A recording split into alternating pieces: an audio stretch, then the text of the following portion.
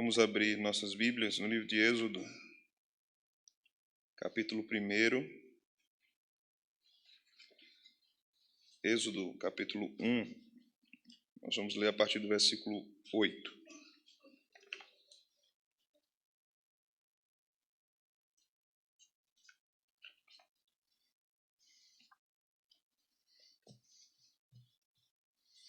Hoje nós vamos começar a refletir sobre a temática da igreja e Estado, que é um assunto vastíssimo. Talvez não consigamos concluir essa parte hoje. Tentarei ser sucinto com os meus irmãos para não cansá-los, mas é um assunto muito importante do ponto de vista teológico, do ponto de vista bíblico, do ponto de vista contemporâneo também, né? Nessa semana nós acompanhamos o que está acontecendo por meio do Ministério Público de Pernambuco, a respeito da emissão de intervalos bíblicos nas escolas estaduais, eu acho que são estaduais, né? De Pernambuco. Eu participei e fiz muitos intervalos bíblicos quando era adolescente na escola. Esse desdobramento, essas coisas que vão acontecendo, vão nos mostrando a cada dia que nós precisamos ter o mínimo de entendimento sobre o papel da igreja num contexto de tentativas totalitárias do Estado. Como é que a igreja deve observar isso? Como é que a igreja deve lidar com isso? Como os irmãos no passado observaram isso e também viveram nesses períodos. Tudo isso que nós estamos vendo não é novo, né? Não há nada novo debaixo do sol. A igreja enfrentou desde sempre, praticamente, problemas com governos totalitários. É possível fazermos uma reconstrução de como a igreja teve que lidar com isso desde o livro do Êxodo até os dias atuais. Nós não vamos ter tempo de desenvolver toda uma teologia bíblica da relação do povo de Deus com o Estado, mas é possível, numa leitura atenta, fazer isso apenas lendo o Antigo e Novo Testamento. Eu darei algumas pinceladas no Antigo Testamento, também no Novo hoje, e eu acredito que isso já nos servirá de exemplo para como devemos lidar com isso. Falarei um pouco também de como a igreja, na Idade Média, enfrentou isso e teve os seus percalços com esse fator também. Como na Reforma, os reformadores pensaram sobre isso, eram visões bem peculiares no período da Reforma Protestante, porque, com exceção de Lutero e dos anabatistas da Reforma Radical, os outros reformadores tiveram uma visão teocrática do Estado. Essa é uma visão interessante de aprendermos, de conhecermos, mas uma posição tanto quanto complicada para o nosso tempo. Nós vamos entender por quê. Era mais fácil para reformadores como Calvino, como Zwinglio, como Martin Bucer, por exemplo, crerem na eficácia de um Estado teocrático no contexto que eles estavam, de Zurique, de Genebra e de Estrasburgo. Então, naquele contexto, era viável essa possibilidade teológica, né? Em contextos como de Lutero, por exemplo, da revolta dos camponeses, a questão era mais complexa a pensar nesses termos. Então, nós vamos considerar tudo isso, se Deus permitir. Vamos ler do versículo 8 do capítulo 1 de Êxodo até o versículo 22. Esse texto será a porta de entrada para nós pensarmos sobre esse assunto nessa noite. Entre mentes se levantou o novo rei sobre o Egito, que não conhecera José. Ele disse ao seu povo: eis que o povo dos filhos de Israel é mais numeroso e mais forte do que nós. Eia, usemos de astúcia para com ele, para que não se multiplique e seja o caso que, vindo guerra, ele se ajunte com os nossos inimigos, peleje contra nós e saia da terra. E os egípcios puseram sobre eles feitores de obras, para os afligirem com suas cargas e os israelitas edificaram a Faraó as cidades celeiros Pitom e Ramessés. Mas quanto mais os afligiam, tanto mais se multiplicavam e tanto mais se espalhavam, de maneira que se inquietavam por causa dos filhos de Israel.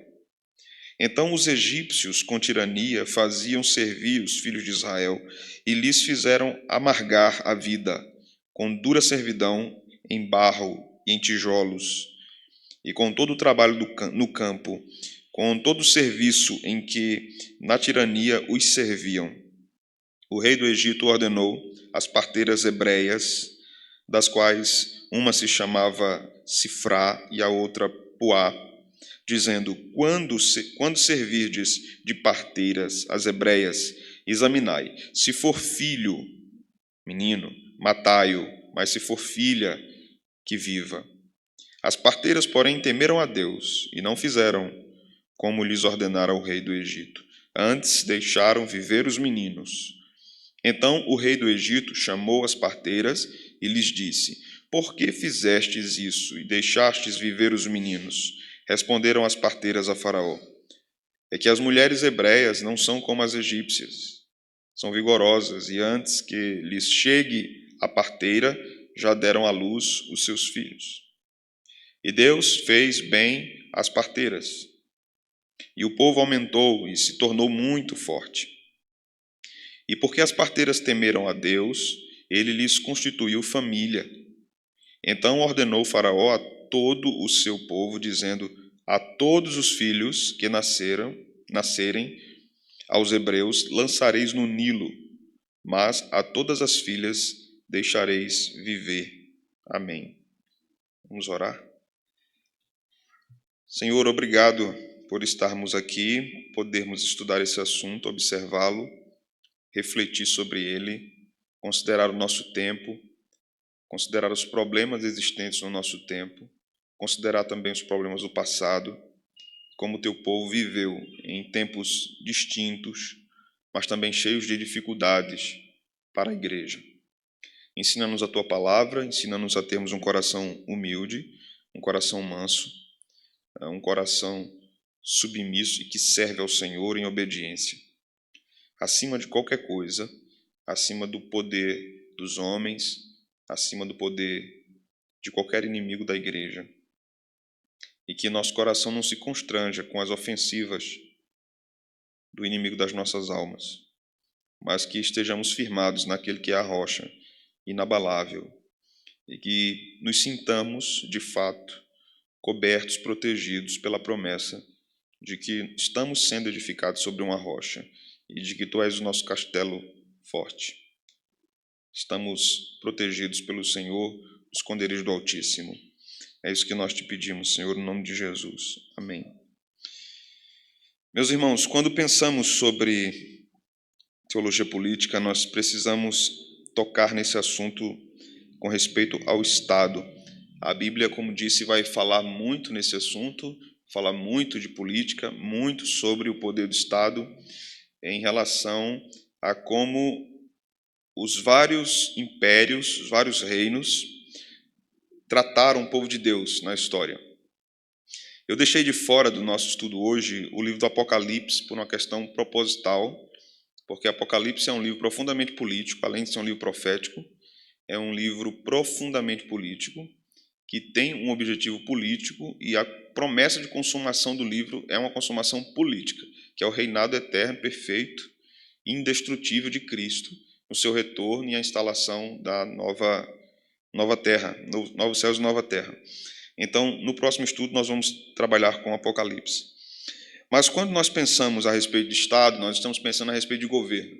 E quando nós pensamos a respeito de governo, nós precisamos definir as coisas para entendermos o que é governo, o que é a soberania do Estado, para entendermos o que é o próprio Estado, o que é que a Bíblia fala sobre o Estado, o que é que o Estado diz sobre si hoje no mundo e principalmente no nosso país. R.C. Sproul disse algo importante em um livro seu, também importante, chamado Qual é a Relação entre Igreja e Estado? Ele diz o seguinte: Há muitos tipos e estruturas diferentes de governo, mas qual é a essência, o princípio fundamental de governo?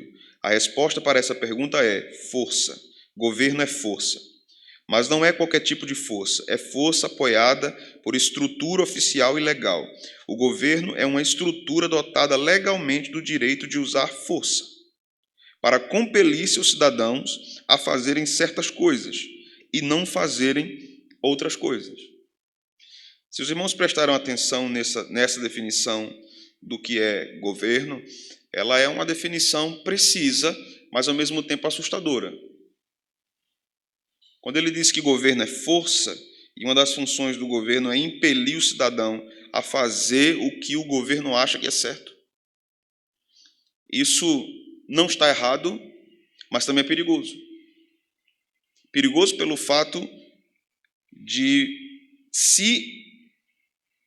se é que o governo está realmente mandando que façamos alguma coisa correta. Então, nem tudo, claro, que o governo disser que está certo estará, nem tudo que o governo disser, nem tudo que o governo disser que está certo, de fato pode estar certo, e a nossa postura é de obediência ao governo, mas nós precisamos entender como isso opera na sociedade, como opera em relação à igreja. Quando falamos que o governo é soberano, duas características importantes do governo é a sua soberania e, de fato, a sua governabilidade. Quando falamos de soberania, precisamos entender que esse é o exercício do poder pelo Estado, internamente e externamente. Então, o governo é soberano. Ninguém tem mais poder do que ele. Estamos falando em termos estatais. Então, estamos falando de um fato de que uma nação não pode intervir em nossa nação, a menos que seja um processo de colonização como houve no passado. Mas o nosso país é soberano, então ele é autônomo com respeito ao seu poder, e esse poder está nas mãos do Estado. Então o Estado tem o poder e a função de proteger os seus cidadãos. O Estado tem essa função de proteção. Uma questão interessante, por exemplo, em questões atuais, nós poderíamos exemplificar isso com os Estados Unidos. Os Estados Unidos da América operam como o grande xerife das nações, né? Como em muitos outros momentos da história, houve uma nação que basicamente chefiava as outras nações. Então, se os Estados Unidos acha que a guerra entre fulano e beltrano está errada, ele entra para intervir, por conta do seu poder bélico, por conta do seu poder capital, por conta do seu poder político, por conta do seu poder estatal, né?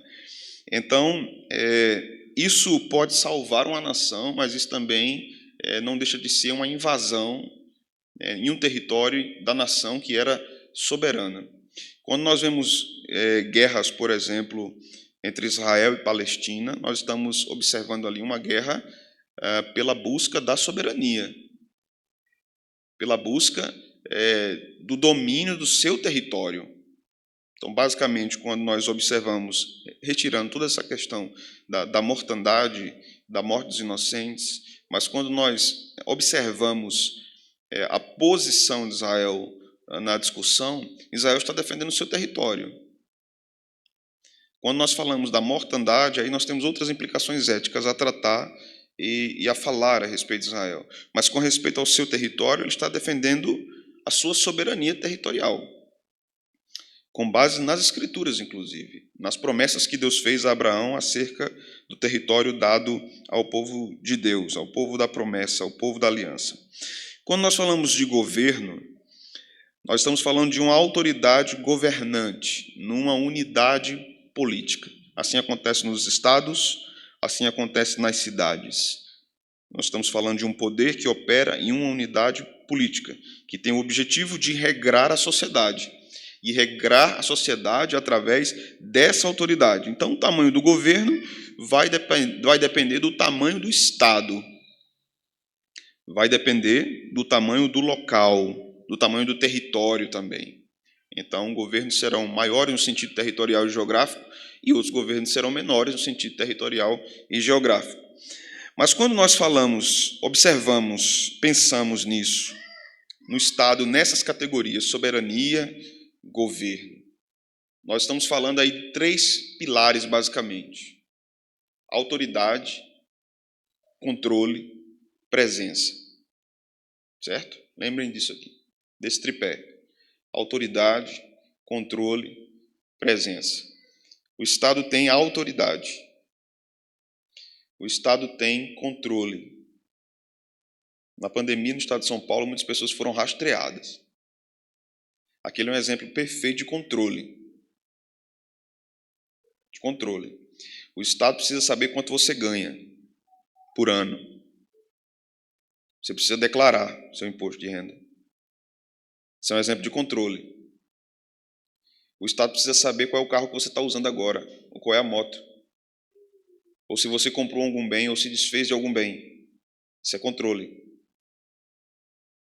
E quando nós estamos falando de presença, nós estamos falando de algo somado a tudo isso: controle e autoridade.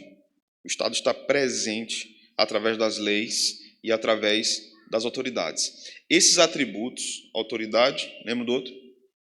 Controle e presença. Esses são atributos do senhorio de Deus. Esses são atributos do senhorio de Deus. Autoridade, controle e presença. Então, quando o Estado opera em cima disso, não como representante de Deus, mas como inimigo de Deus, ele se põe no lugar do próprio Deus, como um ídolo. Então, ele tem autoridade sobre as pessoas. Ele diz, por exemplo, como na China, como na Coreia do Norte, quantos filhos uma pessoa vai ter? Pode ter. Pode abrir para que a pessoa tenha mais em determinado período, pode fechar.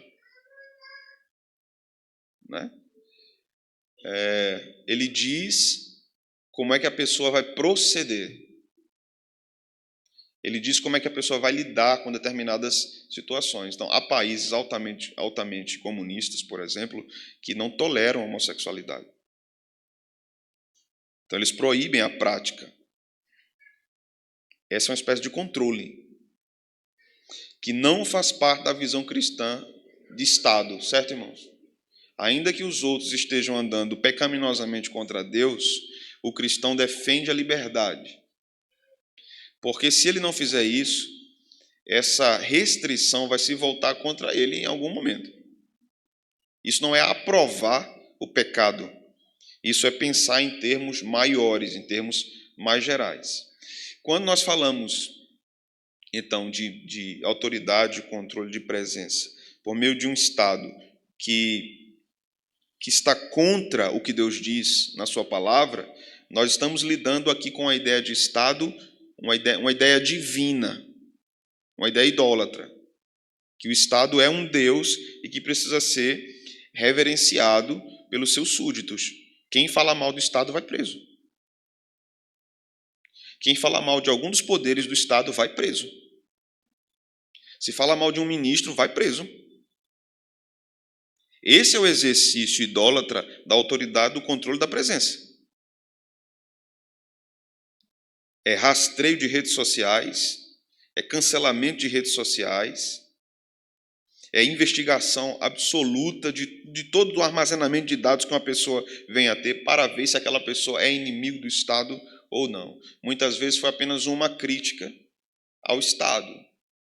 Quando essa postura ocorre, nós estamos frente a um Deus pagão. Não estamos de frente a um exercício político, a um Deus pagão. Mas é exatamente assim que acontece, porque, como eu venho dizendo, a religião não está dissociada de política. A política pode dizer, aqui não é espaço para religião, mas a ideia é, religião a sua, não a nossa. O exercício político pós-moderno é um exercício de religião civil, religião secular. Isso não é antigo, nós vamos voltar nisso, mas os irmãos se lembrem de que uma estátua erguida por Nabucodonosor foi o objeto pelo qual ele determinou que todos no reino deveriam se dobrar diante dela e adorá-la. Aquele era um exemplo claro de culto ao Estado. Aqueles que não adorassem seriam mortos. Aquele é um exemplo bem extremo, né? Mas é um exemplo perfeito que está no livro de Daniel, de um Estado que impõe o culto a ele mesmo. Mas vamos caminhar um pouco sobre a história da igreja e vamos pensar mais sobre isso. Mas eu quero, antes de voltar para Israel, mais à frente eu vou voltar para os eventos que Israel viveu, eu quero começar fazendo um esboço histórico a partir da Grécia, a partir de Platão e a partir de Aristóteles. Para eles, o Estado está fundamentado na justiça. Então, eles ensinavam isso. Embora Platão ensinasse uma espécie de totalitarismo, mas eles diziam que o Estado estava baseado na justiça. Os sofistas, que eram opositores, tanto de Platão como de Aristóteles, diziam que não. O Estado, na verdade, está baseado na força do forte sobre o fraco. Essa fala dos sofistas, em contrapartida a Platão e Aristóteles, é muito interessante e nós vamos voltar a ela mais à frente, porque essa discussão vai sempre voltar, até chegarmos em Karl Marx, no marxismo, no comunismo, na guerra de classes. No fim das contas, nós temos uma problemática interessante, porque Marx vai dizer exatamente isso, que esse tipo de justiça, que o Estado, abre parêntese, burguês, fecha parêntese, o que o Estado burguês faz é, de fato, uma opressão, é a força do forte sobre o fraco. Mas qual é a proposta de Marx? Uma revolução para a ditadura do proletariado. Nós vamos criar uma revolução, vamos destronar o Estado burguês e vamos estabelecer uma ditadura. Ou seja, nós vamos vencer uma ditadura com outra ditadura. Esse é o ponto do marxismo, né? Na Idade Média, então, nós temos o predomínio de uma visão da igreja, de uma visão cristã. E ali nós temos uma tensão entre Estado e entre igreja. Porque a igreja, naquele período, não admitia que o Estado estivesse sobre ela. Na verdade, ela queria estar sobre o Estado. A igreja, o Papa, coroava e descoroava. A igreja era detentora de grande poder político e econômico na Idade Média. Então, havia uma tensão muito grande para que a igreja detivesse o poder. E essa foi uma questão muito interessante no período da Reforma, porque a igreja não tinha ali apenas o poder religioso, a igreja tinha um poder material. Lutero vai lidar com isso mais à frente, eu vou falar sobre isso, mas Lutero vai dizer que é incoerente a visão do catolicismo romano dizer que existem dois poderes, um espiritual e um temporal. O poder espiritual pertence ao clero. O poder temporal pertence às demais pessoas, mas o poder temporal é governado pelo espiritual. Então, a Igreja Católica dizia, na denúncia de Lutero, o clero domina tudo, a igreja e o poder temporal, no final das contas. Por isso que a doutrina de Lutero do sacerdócio universal de todos os crentes era muito importante e desafiadora em termos políticos. Porque Lutero estava dizendo, o poder espiritual não está nas mãos do clero, o poder espiritual está na mão de todo que serve a Deus. Todos os crentes. Ele não estava invalidando o sacerdócio profissional, ele não estava invalidando o ofício dos ministros. Ele estava dizendo que esse poder que a Igreja Católica dava ao clero era profundamente político e apóstata. O interesse ali não era o reino de Deus, o interesse era um reino de homens, era um império que a igreja tinha. Lutero estava afrontando um poder político da igreja naquela época que era enorme. Quando nós chegamos no Renascimento, então a questão vai mudar de figura, porque no Renascimento nós temos uma volta ao que eles chamavam de ad fontes, uma volta às fontes. Nós queremos reler as coisas do passado e queremos pensar sobre isso, falar sobre isso livremente. Então o Renascimento vai se opor à visão da Idade Média, que dizia que a igreja deveria ter um status diferenciado no poder político. O Renascimento vai dizer não. A igreja não deve ser mais aquela que rege a cultura, que rege a política. Então, ali nós começamos a ver uma espécie já de secularismo acontecendo. A coisa vai acontecer sem a influência da igreja, que também não é algo bom.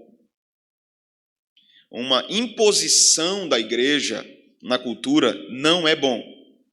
A igreja impor a visão cristã a uma nação, a uma cidade, a ferro e fogo, na força do braço, isso não é bom e não é bíblico. Mas a igreja não pode ser apática na cultura. Ela não pode não influenciar. E essa vai ser a posição, em termos políticos, culturais, da reforma radical, que nós vamos chegar lá. Na reforma radical, se dizia que o que concerne a igreja em termos políticos é a vida da própria igreja. Ela legisla para ela mesma. Ela não se mete com as coisas exteriores. Ela legisla para si própria. Então, essa visão acabou sendo abraçada por muitos evangélicos pós-reforma e é abraçada ainda por muitos evangélicos hoje, de que a igreja não deve se envolver com nada com respeito à política. Então, essa não é uma visão da reforma, mas da reforma radical. Essa não era uma visão de Lutero, de Calvino, de Zwinglio, de Busser, dos puritanos e os que vieram depois. Era uma visão muito diferenciada da reforma radical, que é importante que nós conheçamos também. No século XVII e XVIII, então, predomina a teoria do Estado como pacto, como aquele que estabelece um contrato. Nós ainda temos isso vigorando no nosso tempo, né? Contrato social. Então, aqui os homens devem ser livres, devem buscar essa liberdade, devem zelar por essa liberdade, e o desenvolvimento disso vai culminar, de fato, no marxismo. Para que aqueles que são oprimidos sejam livres, eles devem tirar a liberdade daqueles que oprimem. Então, para que a ditadura da burguesia seja abatida, é necessário que nós estabeleçamos outra ditadura.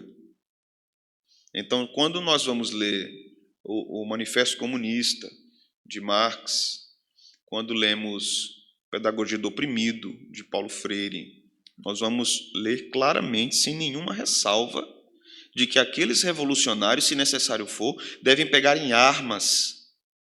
Devem pegar em armas e lutar pela revolução. Irmãos, isso não está subentendido. Isso não está subentendido, isso está registrado. Então, quando nós vimos há alguns anos, grupos partidários quebrando banco, quebrando patrimônio público, mas está escrito, irmãos, nos profetas deles. Se for necessário ir para a guerra, eles vão para a guerra. Porque Pedagogia do Oprimido, Manifesto Comunista, são manuais de guerrilha. São manuais de guerrilha. Não são livros que tratam apenas sobre política. O Pedagogia do Oprimido, a última coisa no mundo é tratando de educação, porque aquilo não é educação. O que ele está tratando ali é de política, absolutamente.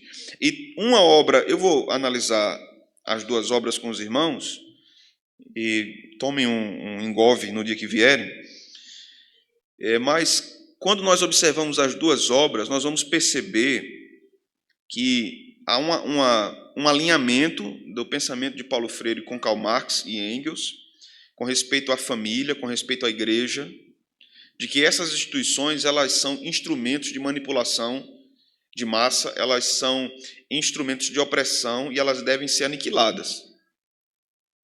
Elas devem ser destruídas.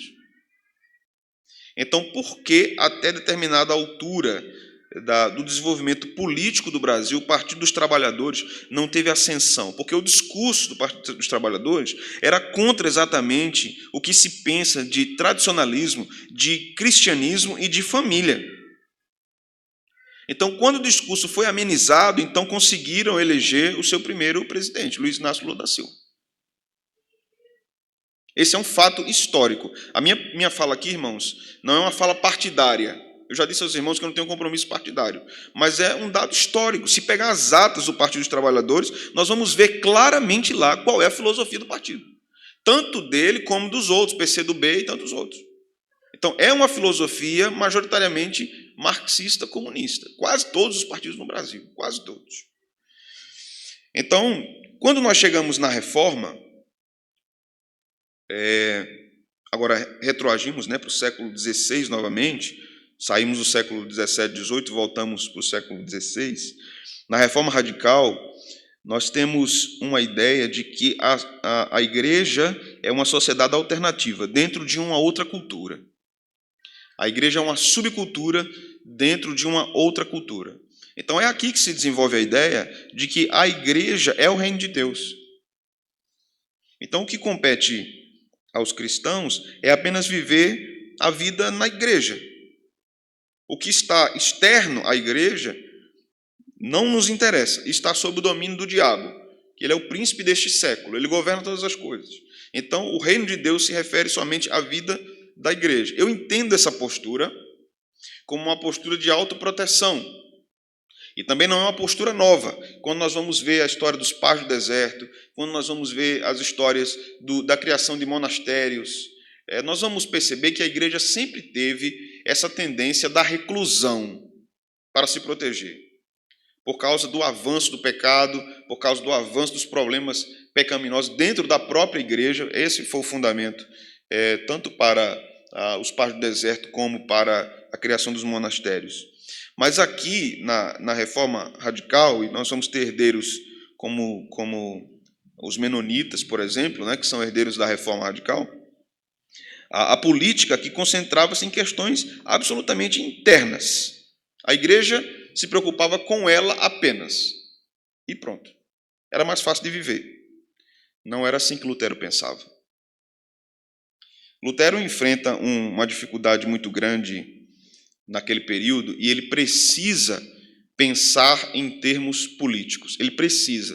Não era uma coisa que ele poderia escolher ou não. Ele precisava. Porque ele estava sendo caçado, irmãos. A igreja queria arrancar a cabeça. Então, ele precisava pensar em termos políticos. Então, o reformador alemão desenvolve a sua teologia dos dois reinos, não mais como a Igreja Católica falava do poder espiritual e do poder temporal, mas dos dois reinos que eram alcançados pelo sacerdócio universal em todos os crentes. Deus tinha dois reinos, a Igreja e o poder temporal. E Deus guiava os dois reinos. Deus dava normas para os dois reinos. E a Bíblia era essa norma para os dois reinos. Não mais o clero era senhor sobre o poder temporal, sobre o poder espiritual, mas todos aqueles que conhecem Jesus e influenciam também nos reinos desse mundo.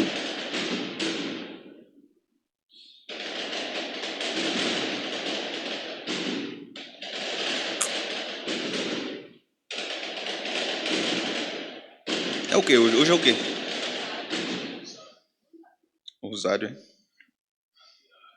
afiado. Então, Lutero tem diante de si essas dificuldades. Ele teve que lidar com a revolta dos camponeses. E ele dizia que os camponeses não deviam se revoltar contra os seus senhores, contra a opressão dos seus senhores. E ele dizia também que os senhores não deviam agir de modo opressivo em relação aos camponeses. Mas Lutero, nós precisamos admitir, não era um pensador político. Ele não era um pensador político. Ele não articulou devidamente a respeito de política naquela época. E nós também precisamos entender por quê. Porque ele estava debaixo de uma pressão enorme. E basicamente, embora ele não estivesse tecnicamente sozinho, mas basicamente ele estava sozinho, no sentido da articulação.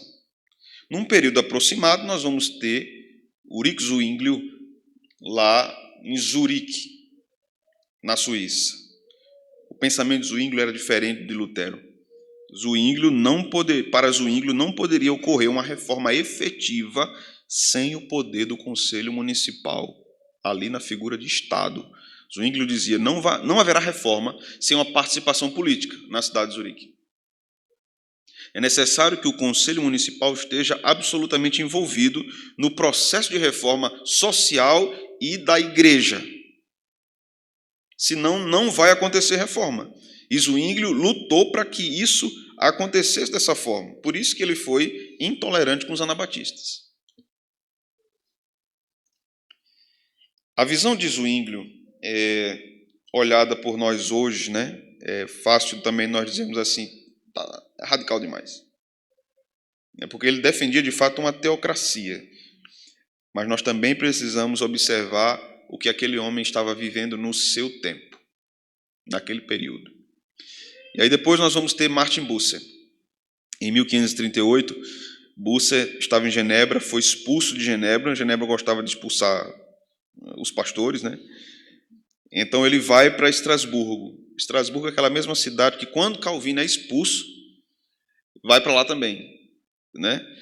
E Bucer foi aquele que moldou a mentalidade de Calvino a respeito do Estado, a respeito de política. Bucer dizia que o pregador e o magistrado foram chamados por Deus.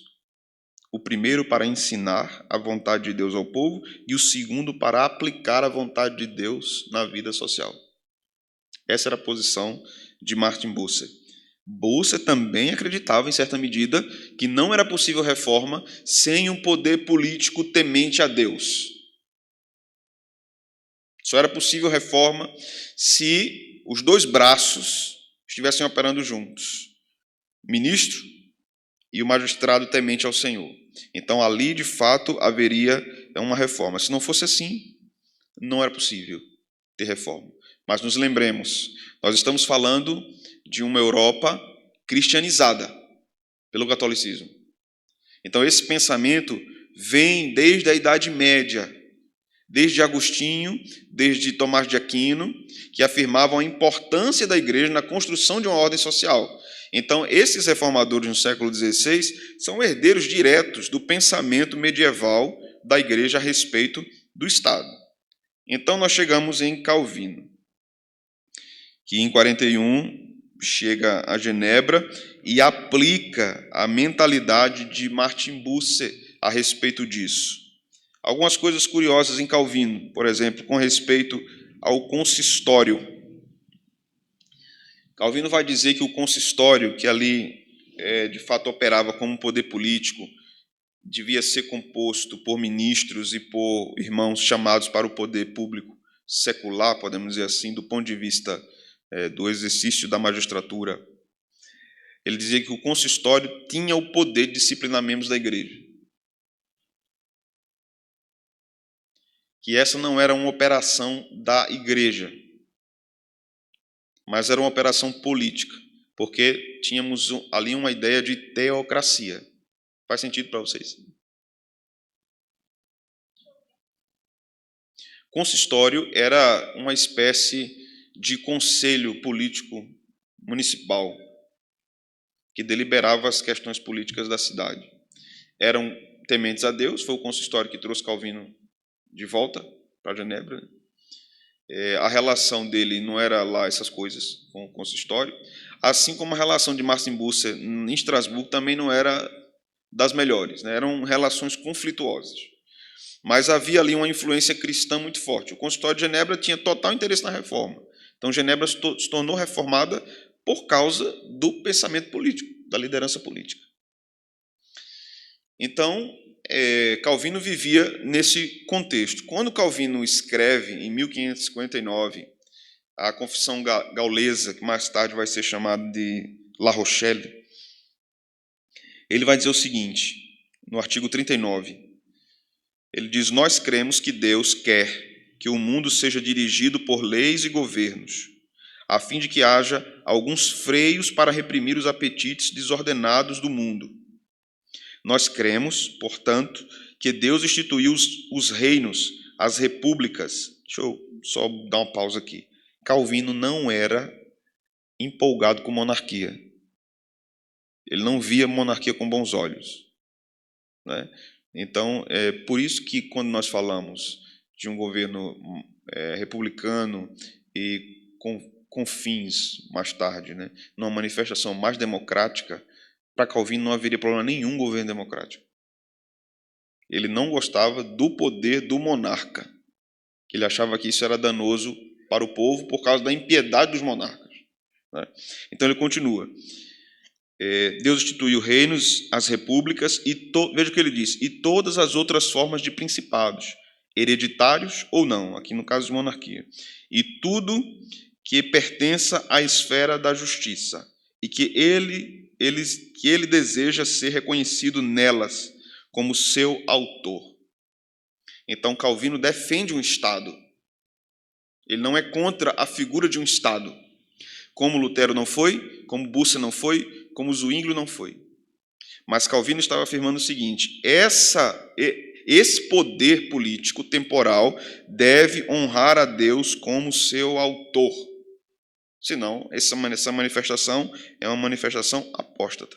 Calvino não estava vivendo num período de secularização. Era um período de uma cidade totalmente cristianizada e protestante.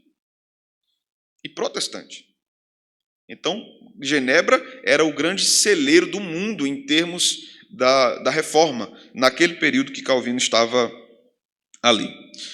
Então, saímos do século XVI, chegamos ao século XVII. Confissão de Fé de Westminster. Basicamente, a confissão helvética, a confissão belga, que vai se dar ali na década de 60 do século XVI, e a confissão de Westminster, já no século XVII, vão replicar a fala de Calvino. A posição é basicamente a mesma.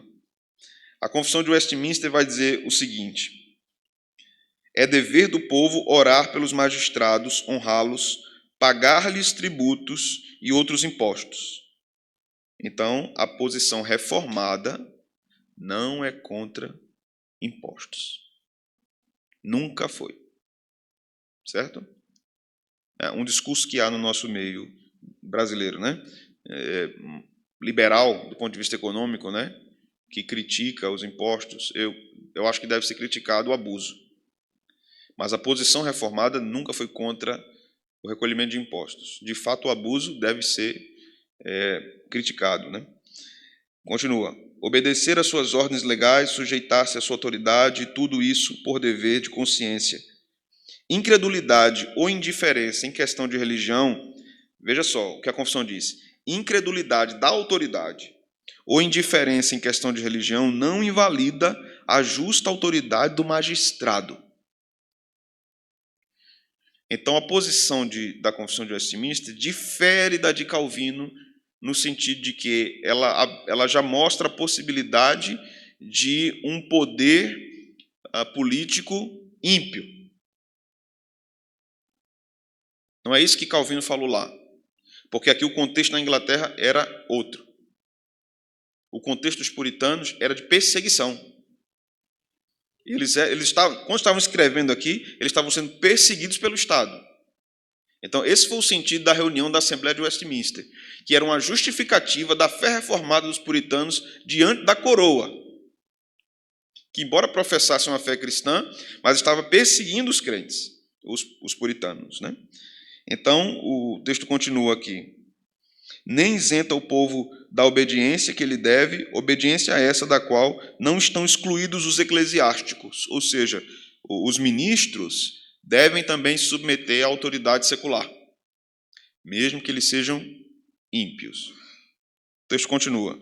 O Papa não tem nenhum poder ou jurisdição sobre os magistrados, dentro dos domínios deles, ou sobre qualquer um do seu povo, e muito menos tem poder de privá-los de seus domínios ou de suas vidas, por julgá-los hereges ou sob qualquer outro pretexto. Por que a confissão menciona o Papa? Porque essa era a dinâmica na Idade Média, que o Papa tinha um poder de intervenção nos poderes políticos. Então a confissão de Westminster vai dizer que ele não tem poder. Ele não tem o poder de invadir dessa forma. Alguma pergunta até aqui, irmãos?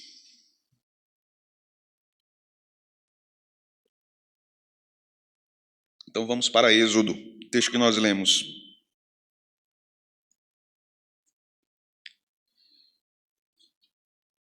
Depois de observarmos que os reformadores não invalidaram a figura do Estado, agora nós precisamos observar nas Escrituras o que a Bíblia diz se ela diz sobre desobediência civil ao Estado.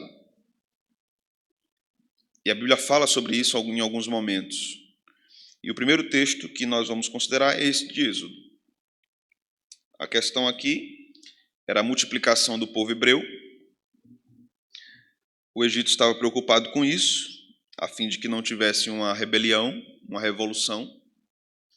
Então isso precisava ser controlado, e a ideia é que isso seria controlado com escravidão e com controle de natalidade. Então já é uma manifestação de um Estado controlador da vida do povo de Deus.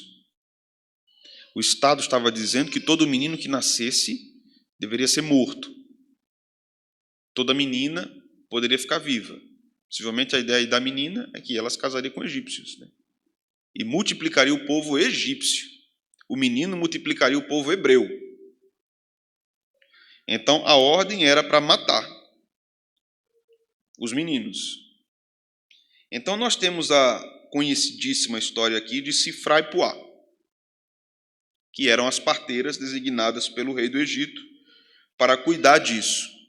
O texto vai dizer que a ordem foi: quando servirdes de parteira, no verso 16, as hebreias, examinai se for filho, matai-o, se for filha, que viva.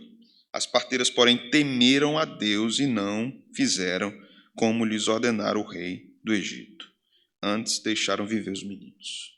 Desobediência. Desobediência civil. Qual é o princípio bíblico para que a igreja desobedeça civilmente? É claro que a igreja não deve viver desobedecendo as ordens do governo, né? Mas o princípio bíblico que nós devemos observar aqui está em Êxodo 20, verso 12. Vamos ler. Êxodo 20, verso 12.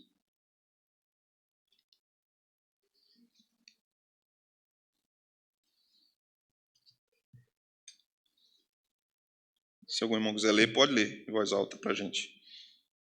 Honra teu pai e a tua mãe, para que se prolonguem os teus dias na terra, que o Senhor teu Deus te dá.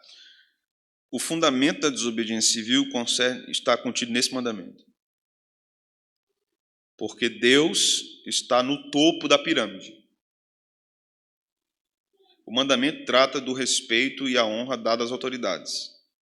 Deus está acima dos pais. Pais aqui, em termos gerais, significam todos aqueles que Deus colocou sobre nós como autoridades. Imediatamente como pais, família mesmo, mas todos aqueles que o Senhor colocou como autoridade sobre nós são incluídos nesse mandamento. Então, aqui estão os pastores, aqui estão os governantes, aqui estão os pais que criam seus filhos, aqui estão os chefes nas empresas, os donos das empresas. Então, um desprezo à liderança é um desprezo a esse mandamento. Esse é um mandamento de modo geral.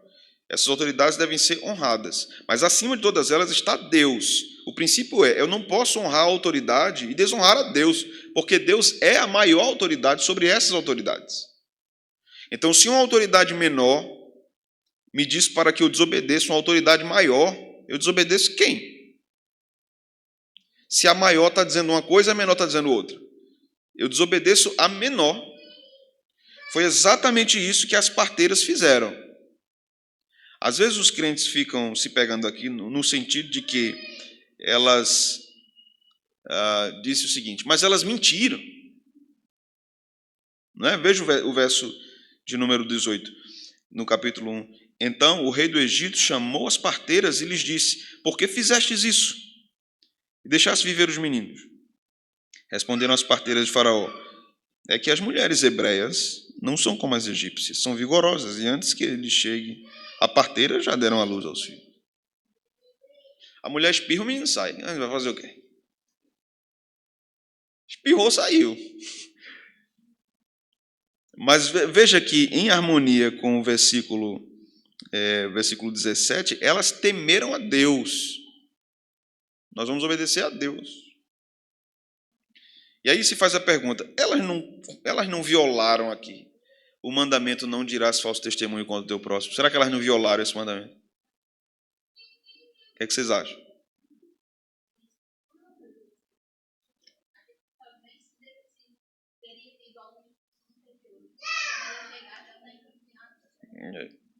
E ao que parece, elas eram as chefes, né? Elas é quem coordenavam todo o movimento. Mesmo se fosse o caso de elas chegarem e fazerem o parto, não seria violação do mandamento, não dirás falso testemunho contra o teu próximo. Por que não seria? Primeiro, a preservação da vida. Segundo, Faraó não era próximo. Certo? Não dirás falso testemunho contra o teu próximo. Quem é o teu próximo? Lembra daquela história que Jesus conta da estrada, do samaritano? Então, quem é o próximo? O próximo é aquele que precisa de você. O próximo é aquele. Faraó não é próximo. Faraó é um déspota. A questão da mentira está aqui? Está. Se foi assim, né? Se elas chegaram e fizeram parto e não obedeceram a Faraó.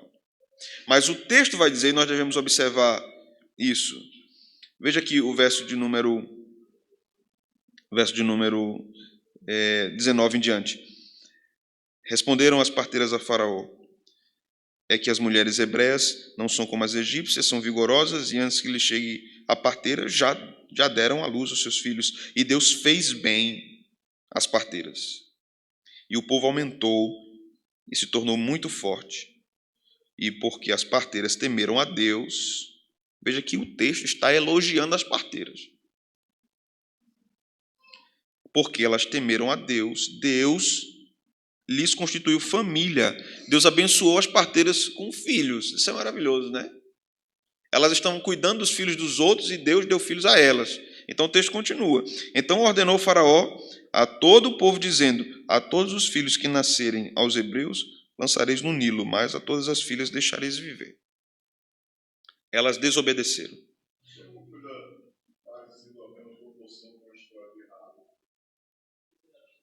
Sim, desobediência. Desobediência ali, né? Tem tudo a ver. Oswaldo, depois Arthur. Pastor, aqui está essa fala dela, está em total harmonia com o que Pedro falou. Ele disse: antes importa obedecer a Deus do que aos homens. Então, era também uma desobediência às autoridades, mas contemplando primeiro a maior autoridade. Exatamente. Perfeito. O caso de Raabe, o caso de Pedro, o próprio caso da Babilônia.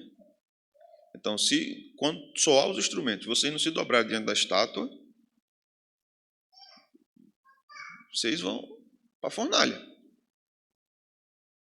Tá. Vai se dobrar não? Não. Para a fornalha. Tá bom. Mas ali foi desobediência civil ao Estado, porque era uma ordem do Estado. No livro de Daniel tem 2 episódios. Depois nós vamos ter no capítulo 6 a proibição da oração. E Daniel disse: eu vou orar. Então você vai para a cova. Tá. Desobediência mais uma vez. Então, quando o Estado impõe sobre mim uma ordem para que eu desobedeça a Deus, eu desobedeço o Estado. Perfeito. Perfeito. Vamos ler esse texto? Atos 4, a partir do verso 5. Arthur, sim, fale, Arthur.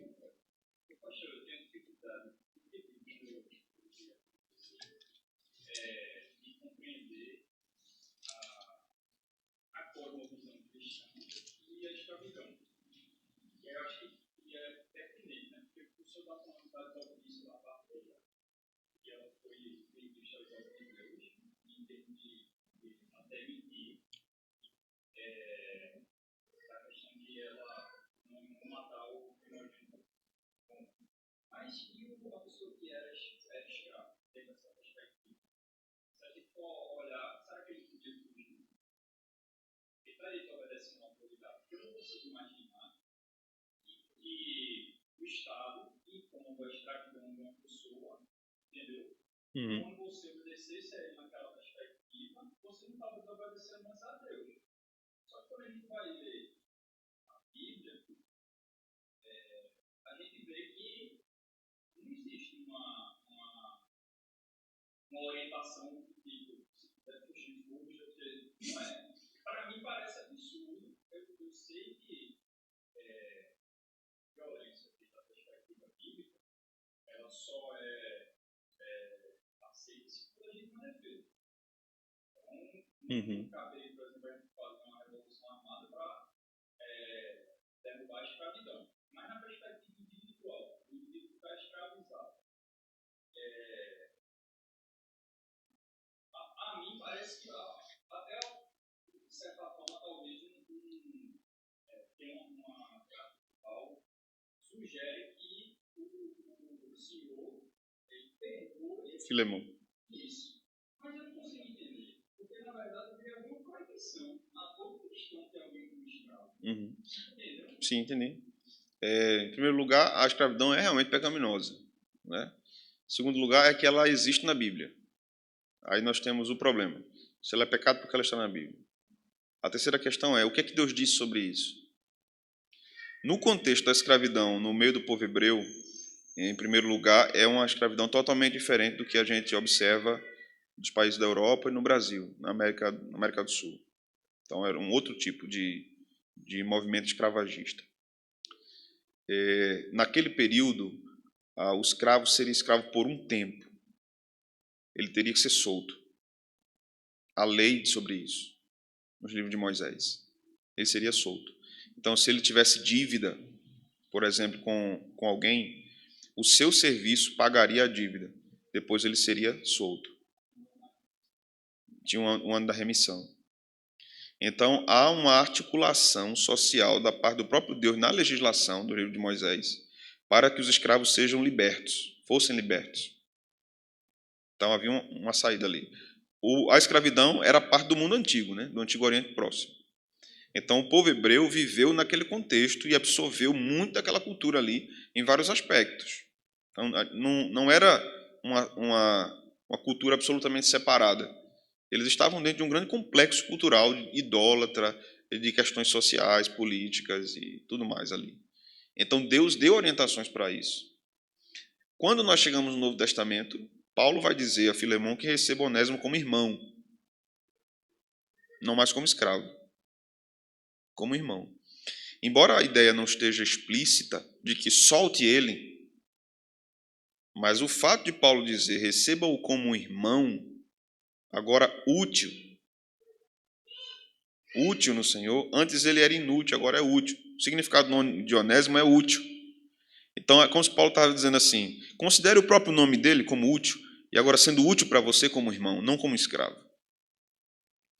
Então, a carta de Filemão, ela tem muita semelhança com uma carta do filósofo Sêneca, que foi um filósofo que operou, que trabalhou na corte de Nero.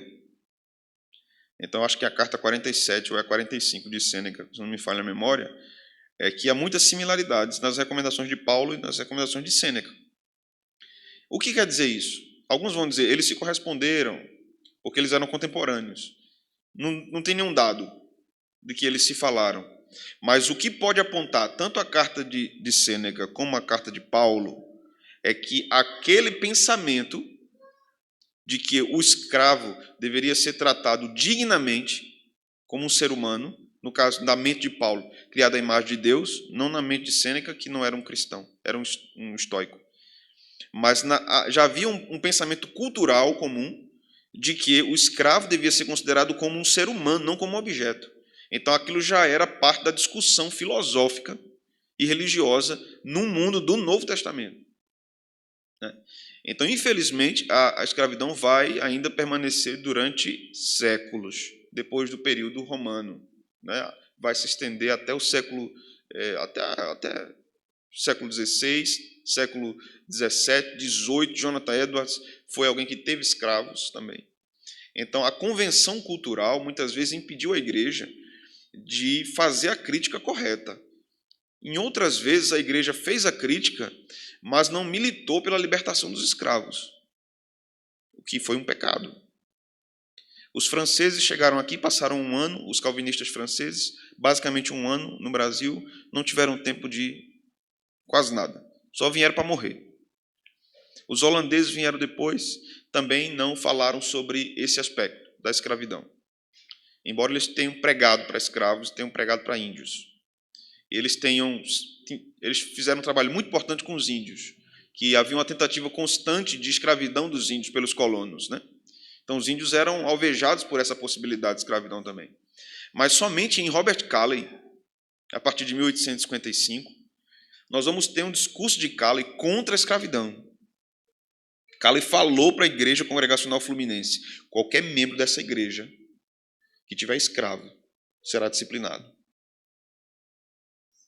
Então, a partir dali, nós temos uma virada no pensamento sobre isso, e vários outros lugares do mundo já estavam tendo discussões e movimentos sobre a libertação de escravos. Né?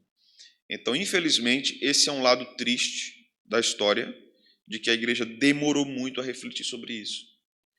E eu estou falando aqui com base em dados que nós temos registrados, porque é possível que nós tenhamos tido vários tipos de diálogos, discussões sobre o assunto que nunca foram registrados. Então, não chegou. Nós não temos como investigar isso. Né?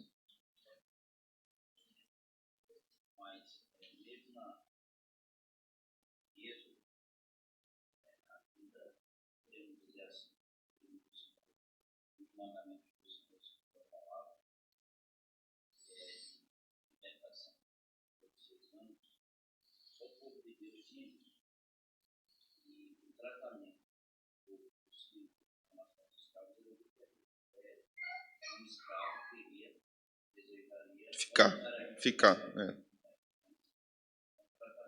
Era outro. Não era um tratamento. A recomendação dos mandamentos não era abusiva. Tomando como gancho a fala do pastor Pedro, quando nós inclusive observamos as recomendações de Paulo de como os senhores deviam tratar os escravos em Efésios e em Colossenses, nós vamos ver que o tratamento é outro absolutamente do que... Exato. E Paulo falou sobre isso, né? Da queda do muro de separação. Então, na verdade, Paulo lança muita base para uma teologia sólida de alforria.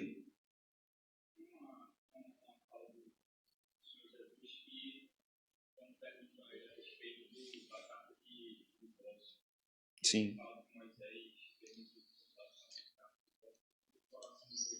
Uhum.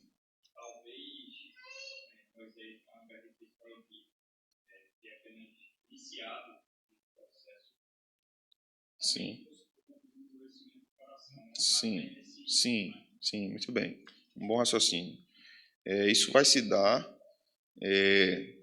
sob vários ângulos na Escritura. Então, por exemplo, Deus nunca ordenou a poligamia. Deus nunca ordenou. Mas isso foi tolerado pelo Eterno durante a história do povo de Deus. Então, o modelo de Deus sempre foi monogâmico. Por isso que ele criou um Adão para uma Eva. Aí você vai ter Moisés, Jó, como exemplos de monogamia. Né? Então, você vai ter inúmeros exemplos na Escritura. Mas o povo abraçou a poligamia. Desde Lameque, descendente de Caim, que foi bígamo. Então, ali começa uma alteração do modelo divino. O que a gente precisa entender é que a revelação ela é progressiva. Então, ela vai se desenvolvendo na história. A gente lê de capa a capa a Escritura, a gente pode ter a impressão que uma coisa vinha depois da outra, assim. Mas não era assim, né?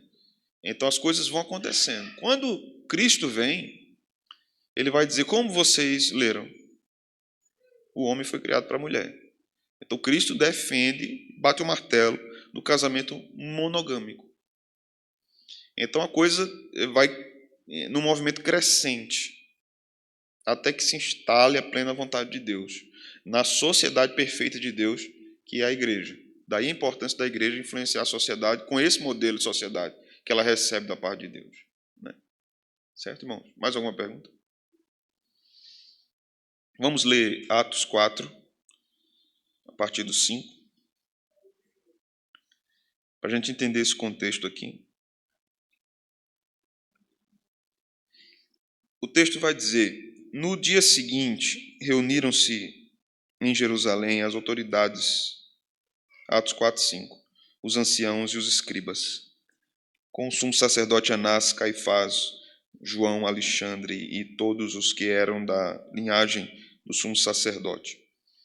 E pondo-os perante eles, os arguiram: com que poder ou em nome de quem fizestes isso? Então Pedro, cheio do Espírito Santo, disse-lhes: autoridades do povo e anciãos, visto que hoje somos interrogados a propósito do benefício feito a um homem enfermo e do modo porque foi curado, tomai conhecimento vós, todos e todo o povo de Israel, de que em nome de Jesus Cristo Nazareno, a quem vós crucificastes e a quem Deus ressuscitou dentre os mortos, sim, em seu nome é que este está curado perante vós. Este Jesus é pedra rejeitada por vós, os construtores, a qual se tornou a pedra angular. E não há salvação em nenhum outro, porque abaixo do céu não existe nenhum outro nome dado entre os homens pelo qual importa que sejamos salvos. Ao verem a intrepidez de Pedro e João, sabendo que eram homens iletrados e incultos, admiraram-se e reconheceram que haviam eles estado com Jesus. Vendo com eles o homem que fora curado, nada tinha que dizer em contrário.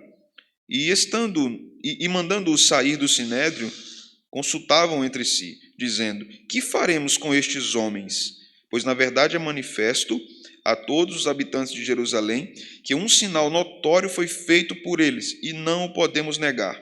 Mas, para que não haja maior divulgação entre o povo, ameacemo-los para não mais falarem neste nome a quem quer que seja. Chamando-os, ordenaram-lhes que absolutamente não falassem nem ensinassem em nome de Jesus. Mas Pedro e João lhes responderam: julgai se é justo diante de Deus ouvir-vos antes a vós do que a Deus, pois nós não podemos deixar de falar das coisas que vimos e ouvimos. Depois, ameaçando-os mais ainda, os soltaram, não tendo achado como os castigar por causa do povo, porque todos glorificavam a Deus pelo que acontecera. Ora, tinha mais de 40 anos aquele em quem se operara essa cura milagrosa. Mesmo sendo ameaçados, eles disseram: a gente vai. Esse foi o mesmo motivo que John Bunyan passou mais de uma década preso. Porque eles diziam: se você prometer que vai parar de pregar, a gente lhe solta. Ele disse: não vou. Se me soltar, eu vou pregar. Então você vai ficar aí. Tá. Aí tinha um pena do homem, quando soltava ele ia e pregava, prendia ele de novo. E ele dizia: eu vou pregar, se me soltar eu vou pregar. Então, exatamente essa frase deles aqui: importa a nós obedecer antes a Deus do que a vocês. Né? Infelizmente, no nosso tempo, parece que os cristãos estão mais propensos a obedecer às autoridades do que o próprio Deus. E Deus nos guarde, irmãos. Deus nos guarde.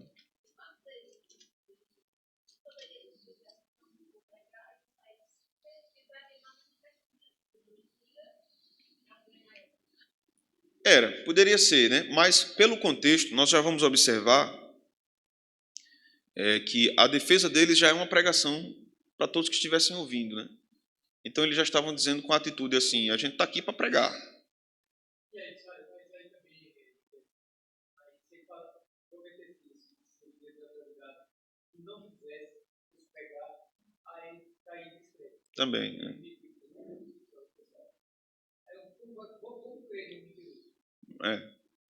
Eram pregadores, né? Eram pregadores.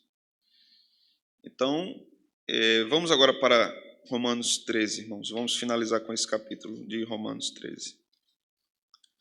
Que é um capítulo simples, sem nenhuma complexidade, e vamos concluir com ele, com orientações de Paulo aqui sobre o poder do Estado.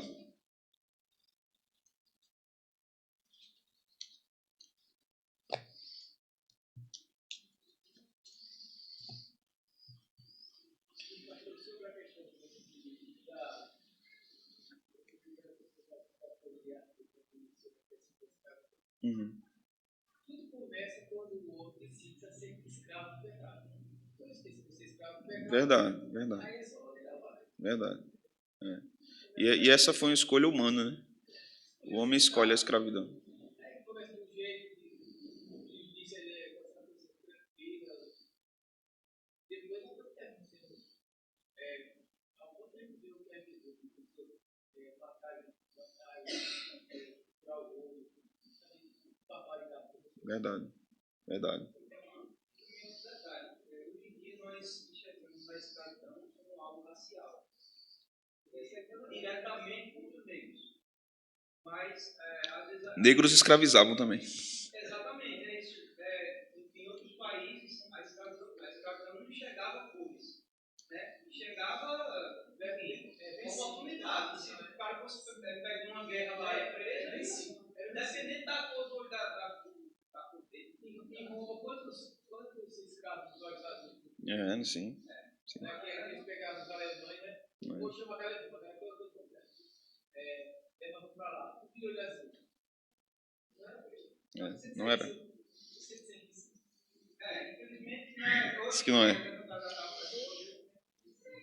Vamos lá? Romanos 13. Todo homem esteja sujeito às autoridades superiores, porque não há autoridade que não proceda de Deus, e as autoridades que existem foram por ele instituídas. Paulo está falando de fato aqui das autoridades políticas, né? E esse texto é a base para a fala de Calvino, para a fala das confissões, da confissão de Westminster e o que veio depois, Savoy, Confissão Batista de Londres e tudo mais. No verso 2: de modo que aquele que se opõe à autoridade resiste à ordenação de Deus. Os que resistem trarão sobre si mesmos condenação. Então a igreja deve obediência às autoridades civis. Isso é bíblico. A igreja não vive numa anarquia. A igreja não é um povo anárquico, é um povo ordeiro. E Paulo vai ensinar isso, que Deus é um Deus de ordem. No verso 3: porque os magistrados não são para temor quando se faz o bem, e sim quando se faz o mal. Queres tu não temer a autoridade, faze o bem e terás louvor dela, visto que a autoridade é ministro de Deus para teu bem. Entretanto, se fizeres o mal, teme, porque não é sem motivo que ele traz a espada, pois é ministro de Deus, vingador para castigar os que praticam o mal.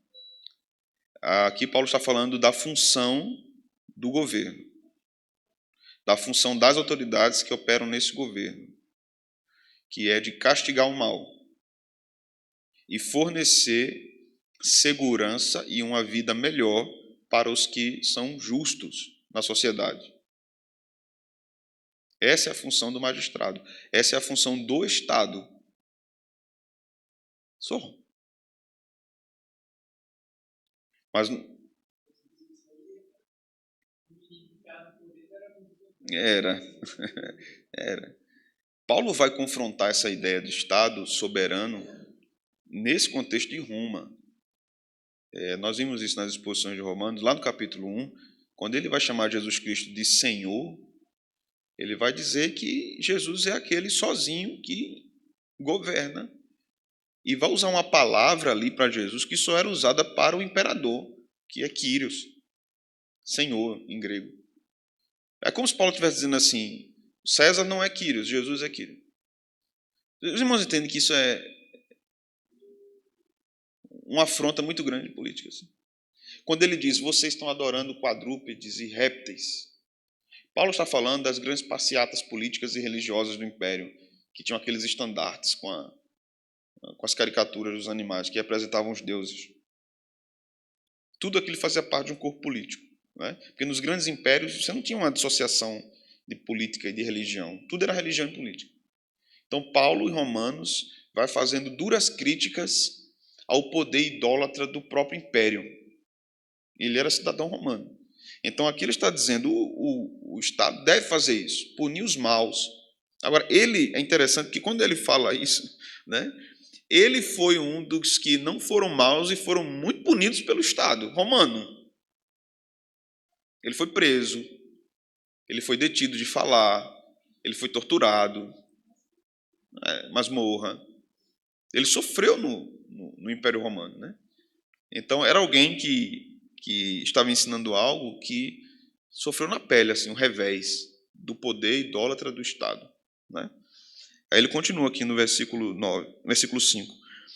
É necessário que lhe estejais sujeitos, não somente por causa do temor da punição, mas também por dever de consciência. Agora veja o que ele ensina aqui. Estamos falando de um homem que sofreu na mão do Estado romano. Mas ele está dizendo assim, irmãos, se sujeitem. Não por causa da punição apenas, mas por causa da consciência de que a autoridade foi instituída por Deus.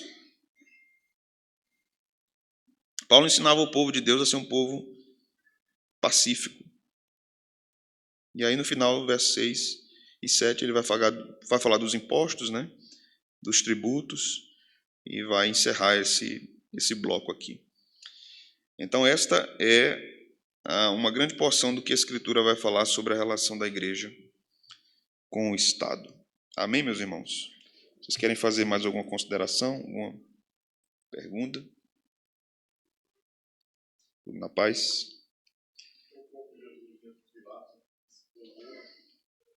Que foi dado. O poder que você tem foi Deus que deu, exatamente. E a gente precisa afirmar isso, né? A gente precisa afirmar isso, inclusive para as nossas autoridades. O poder que você tem foi Deus que lhe deu.